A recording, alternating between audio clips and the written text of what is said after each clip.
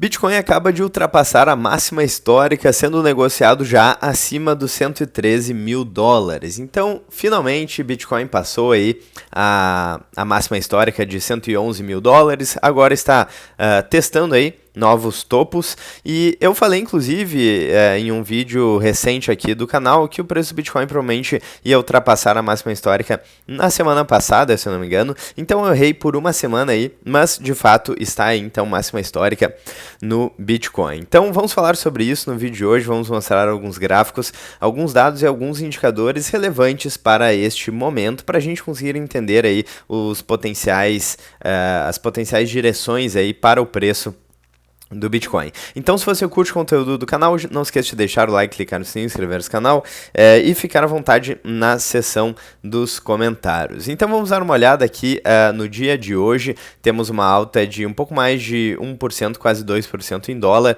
no preço do Bitcoin. E, ao mesmo tempo, se a gente observar aqui o dólar, ele teve um aumento recentemente, mais especificamente no dia de ontem, certo? Com as tarifas no Brasil, porque, é claro, não é de hoje que a economia do Brasil não está boa e está piorando cada vez mais. Então, se a gente colocar o gráfico no máximo aqui, a gente vê uma situação precária econômica no Brasil, não é de hoje, e nos Estados Unidos, a maior potência ainda global, então a gente vê o dólar se valorizando historicamente em relação ao real. Então, por exemplo, quando a gente vê a desvalorização das duas moedas aqui em perspectiva, a gente vê que o dólar também perdeu mais de 97% do poder de compra, mas desde 1913.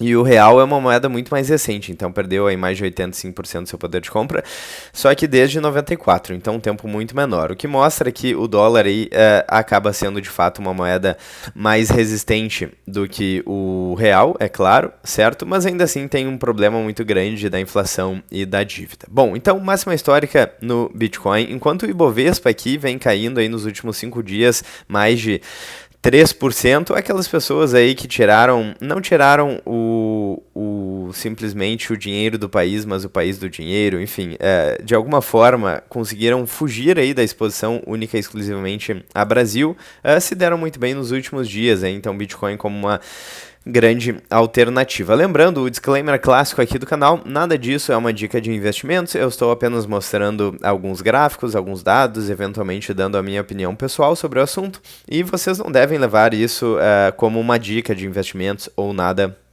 do tipo.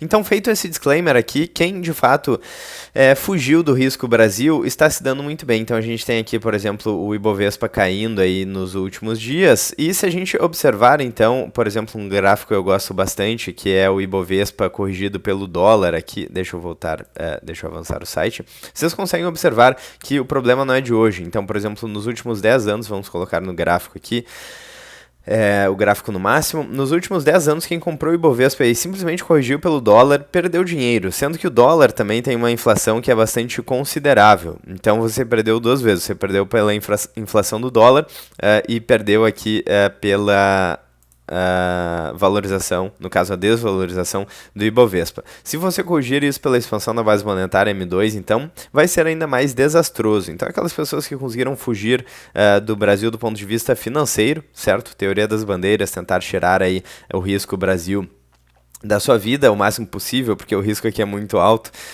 então essas pessoas se deram bem. Não temos como saber no futuro, espero que a situação melhore, mas eu não vejo particularmente nenhuma perspectiva clara de melhora. Então temos aqui, de fato, o Bitcoin renovando máximas históricas, e temos a MicroStrategy também e as Bitcoin Treasury Companies se beneficiando também dessa alta do Bitcoin.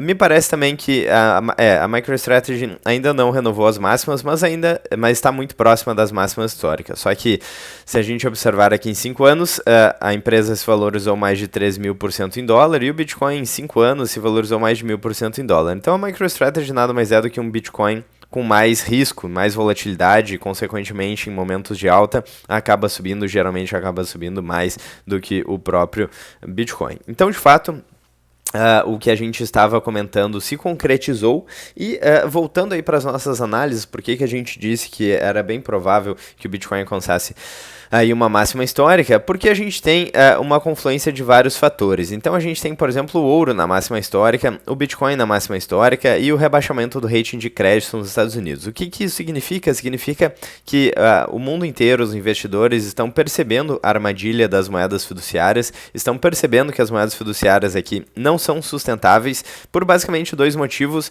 a facilidade de imprimir dinheiro e gerar inflação, porque a definição clássica de inflação é a expansão da base monetária.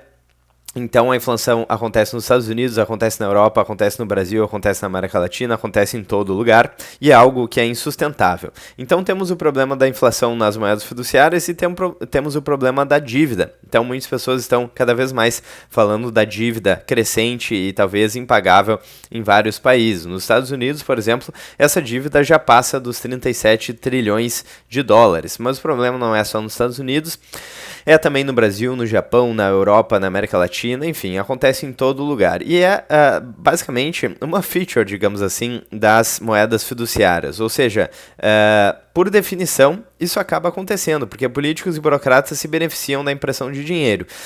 Então eles, consequentemente, vão cada vez mais imprimir dinheiro e adquirir dívida, certo? É o que os incentivos levam a fazer. Basicamente, você está... Eu não estou nem julgando o jogo aqui, estou apenas analisando os incentivos. E os políticos e burocratas têm, sim, incentivos para imprimir mais dinheiro e criar mais dívida, e empurrar o problema para o próximo que vai entrar. Inclusive a gente tem as eleições, geralmente 4 em 4 anos, e daí o problema do próximo que entrar, o problema não é mais dessa pessoa. Então os políticos têm todo o incentivo do mundo para aumentar a dívida, aumentar a inflação, e a população acaba pagando a conta com produtos e serviços cada vez mais caros, certo? Impostos mais altos, a população acaba pagando a conta. Então é muito difícil fazer uma reforma. O que está acontecendo, por exemplo, na Argentina é muito raro. Então, por exemplo, se a gente abrir aqui o ETF da Argentina, desde que o Milei foi eleito até agora, temos praticamente 100% de valorização em dólar, por causa das reformas econômicas, mais liberdade econômica, mais facilidade de fazer negócios. Mas isso não é o padrão. O padrão é mais impressão de dinheiro, é mais inflação aí no mundo inteiro.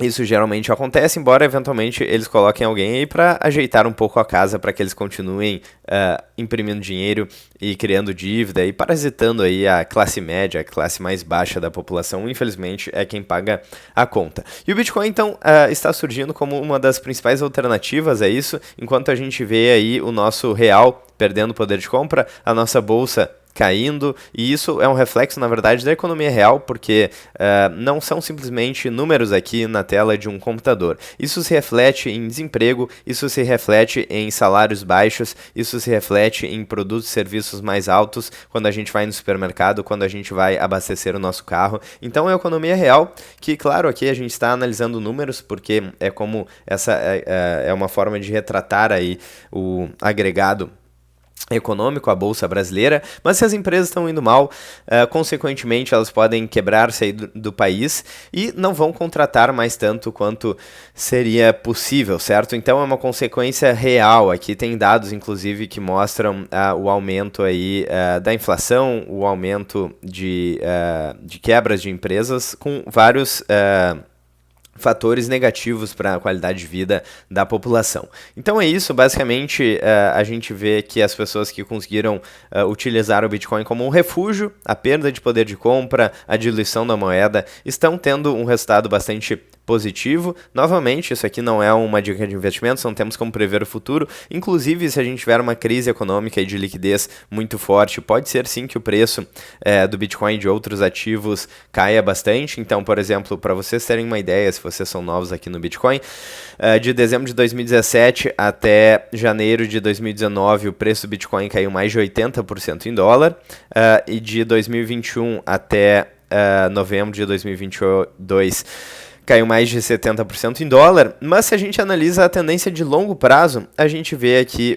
uma valorização do ativo, ou seja, a gente vê uma adoção cada vez maior por parte de empresas, de fundos de investimento, de pessoas físicas, pessoas que querem proteger o seu dinheiro em relação ao sistema fiduciário que está falido. Então a gente vê essa adoção cada vez maior, e a gente tem, no caso do Bitcoin, uma escassez muito definida. Então temos 21 milhões de unidades de bitcoins que serão minerados, temos uma mineração, a recompensa dos mineradores decrescente a cada período de halving de 4 em 4 anos. Então é uma confluência de fatores aí para gerar essa corrida para o Bitcoin. E aqui a gente tem hoje em dia vários players correndo para o Bitcoin. Não são mais geeks aí da internet, entusiastas da escola austríaca de economia, mas sim grandes ETFs. Então eu já falei, ou vou falar aí em breve sobre o ETF da BlackRock, que atingiu a marca de 700 bitcoins pela primeira vez. Então temos grandes ETFs, temos exchanges aí se tornando as maiores empresas, dentre as maiores empresas do mundo também, com um valor bastante significativo em caixa. Temos a MicroStrategy, que a gente já mencionou, que aí é um dos grandes detentores de Bitcoin. E aqui, mais importante de tudo, temos os governos fazendo essa corrida ao Bitcoin também. Então, o governo dos Estados Unidos e o governo da China. E o que é interessante é que o Bitcoin ele não pode ser mudado. Então, a gente tem aí várias etapas aí da adoção do Bitcoin. Primeiro, as pessoas, elas dão risada do que está acontecendo, acham que não é relevante, acham que é uma piada, uma moeda mágica na internet. Depois, quando isso começa a crescer um pouco, elas começam a criticar o Bitcoin, certo? Quem começa a criticar o Bitcoin? Quem é dono do sistema financeiro atual, quem tem o poder de imprimir dinheiro, bancos centrais, políticos e burocratas, começam a criticar o Bitcoin porque é algo que eles não conseguem controlar. Depois de um tempo, eles começam a condenar cada vez mais e eventualmente eles percebem que se você não pode vencer o inimigo, é melhor juntar-se a ele. Então eles veem que é uma tecnologia que quem de repente não utilizar poderá ficar para trás, como aconteceu com a internet, como está acontecendo com a inteligência artificial e como pode acontecer então com o Bitcoin. Não à toa, todos esses players, esses grandes players estão correndo para o Bitcoin, não por uma ideologia, não por uma perspectiva de vida, não por defender a liberdade ou achar que é um dinheiro justo, porque, por exemplo, no meu ponto de vista pessoal, tudo isso é verdade, mas eles não estão preocupados com isso, eles estão adotando o Bitcoin porque, na verdade, quem não adotar pode ficar para trás. Então é isso, cuidado, bastante cuidado com o risco Brasil. Brasil sempre foi o mercado, sempre foi não, mas há muito tempo aí, pelo menos desde o início da República, um país muito difícil e com vários problemas estruturais. É um país com muitas qualidades, pessoas muito boas, empreendedores muito bons, mas infelizmente a gente tem aí políticos e burocratas de longe aí conseguindo parasitar boa parte da riqueza que é gerada aqui no Brasil. Bom, então esse é o resumo geral. Finalmente o Bitcoin aí acima dos 113 mil dólares. Eu já não sei mais se eu fico feliz quando o Bitcoin cai ou quando ele sobe, porque quando ele cai ele fica mais barato, quando ele sobe, enfim, a gente está vendo o futuro acontecendo diante dos nossos olhos. Então eu quero saber a opinião de vocês também, vocês ficam mais felizes com o preço do Bitcoin caindo ou subindo. Quero saber a opinião de vocês também aqui nos comentários sobre o tema em geral, sobre o preço do Bitcoin. Ah, sim, e antes disso, antes de terminar o vídeo aqui, lembrando uma análise que a gente fez em outros vídeos aqui no canal, em relação essas linhas de tendência aqui desses modelos de projeção de preço do Bitcoin. Então, como eu já falei anteriormente, a gente tem bastante liquidez no mercado. Tem esse artigo aqui da Lynn Alden que relaciona M2, que é a liquidez global aí, com o preço de vários ativos, inclusive Bitcoin, que costuma subir quando a liquidez aumenta. Então a gente tem liquidez ainda no mercado, a gente tem aí taxas de juros sendo artificialmente controladas, ainda mantidas nos Estados Unidos e baixas em vários países do mundo. Temos o M0 aumentando bastante, principalmente depois das políticas de quantitative easing nos Estados Unidos, certo? Como vocês podem ver aqui nesse gráfico. Então ainda temos liquidez no mundo e um reflexo disso são as bolsas subindo. Se a gente observar aqui o SP500, que é a bolsa e principal índice dos Estados Unidos, a gente vê mais de 800% de valorização em dólar, não, mais de 600% de valorização em dólar, desde as políticas de quantitative easing. E a gente vê aí o índice muito próximo da máxima histórica, então é um cenário economicamente favorável. Geralmente quando a gente vê uma queda aí no preço, aqui por exemplo vocês podem ver neste gráfico em roxo aqui o SP500 e em cinza o Bitcoin, e nessa última queda, por exemplo, ambos os índices aqui, tanto o Bitcoin quanto o SP500 caíram. Então quando a gente tem sim uma queda de liquidez, a gente vê queda de vários ativos, e o que fez com que eu imaginasse que a gente ia romper aí a máxima histórica do Bitcoin muito em breve, e eu acertei, foi justamente o fato de índices aqui nos Estados Unidos estarem na máxima histórica, como a SP500, A gente vê também o colapso das moedas fiduciárias e o avanço do ouro e do Bitcoin, das Bitcoin Treasury Companies como uma alternativa a esse sistema falido. A gente vê a corrida de grandes players ao Bitcoin, todo o sistema macroeconômico muito favorável à adoção do Bitcoin. E quando a gente analisa, inclusive, as tendências e os gráficos de preço aqui do Bitcoin, é muito interessante ver como está aí próximo de um patamar de acumulação, certo? Tanto para o Bitcoin Rainbow Chart quanto para o Bitcoin Long Term Power Law, por exemplo. Então, o preço, de acordo com essas análises históricas aqui, claro, isso pode mudar, não necessariamente o passado vai continuar se repetindo, mas de acordo com os padrões que já aconteceram, a gente tem um preço muito próximo de uma tendência média aqui. Então, o preço não está muito esticado de acordo com o Bitcoin Long Term Power Law, de acordo com o Bitcoin Rainbow Chart e também de acordo com o Mayer Multiple aí, que está abaixo da média, certo? Está já acima de 1.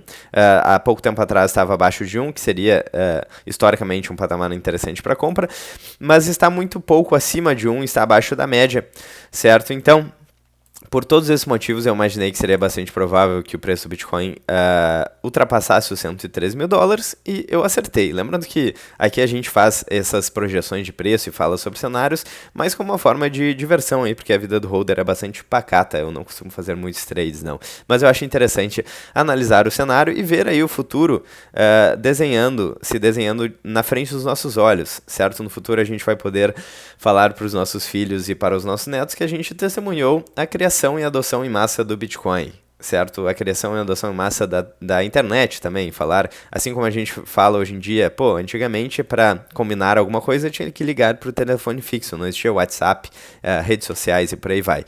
E no futuro a gente vai falar que a gente usava um papelzinho colorido lastreado em honestidade de políticos que perdia poder de compra ao longo do tempo e que fazia com que cada vez mais as coisas ficassem mais caras e os nossos netos, talvez, né, vão achar isso muito louco. Enfim, bom, então esse era a síntese do vídeo de hoje. Bitcoin em cima dos 113 mil dólares, bem legal, interessante aí ver tudo que está acontecendo na economia hoje. É realmente um momento bastante emocionante para estar vivo. Se vocês gostaram do vídeo de hoje, não esqueçam de deixar o like, clicar no sininho, inscrever-se no canal, ficar à vontade na seção dos comentários. E eu vejo vocês amanhã ou ainda hoje no próximo vídeo, pois estou gravando bastante aqui pro canal. É muito bom falar sobre o assunto. Vou ficando por aqui, grande abraço e até mais.